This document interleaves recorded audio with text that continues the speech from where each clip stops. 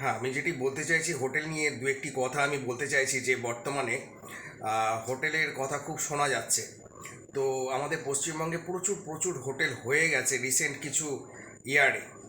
তো আমি অনেক বছর আগে, বছর 15 আগে 3 স্টার হোটেলে চাকরি করেছি বছর 4 মতো।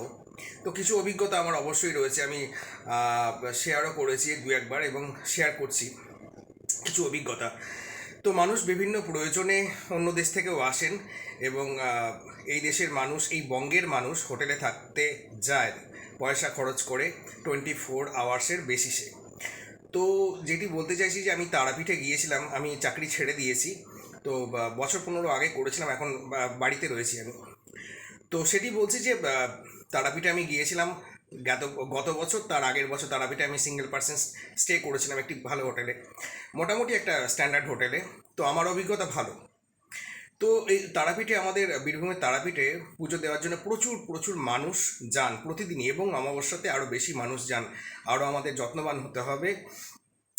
9 জন মানুষ মারা গেল, এবং কলকাতায় রিসেন্ট বাংলাদেশ থেকে এসেছিলেন, যে মির্জা গালিব স্ট্রিটে যে এসপ্লানেডের নিউ মার্কেটের যে এলাকায় অনেক হোটেল রয়েছে, সেখানে থাকেন, বিভিন্ন প্রয়োজন আসেন বাংলাদেশ থেকে। মানুষ মারা গেল, লজ্জাজনক। আমরা ঠিকমতো পরিষেবা দিতে পারলাম না।